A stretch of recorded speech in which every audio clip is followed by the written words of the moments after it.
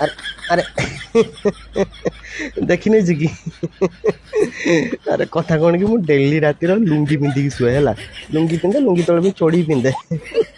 କିନ୍ତୁ କାଲି ରାତିରେ ଟିକେ ବେଶୀ ନିଦ ଲାଗିଲା, ଲୁଙ୍ଗି ପିନ୍ଧିଲି କିନ୍ତୁ ଚଡ଼ି ପିନ୍ଧତେ ଭୁଲିଗନି।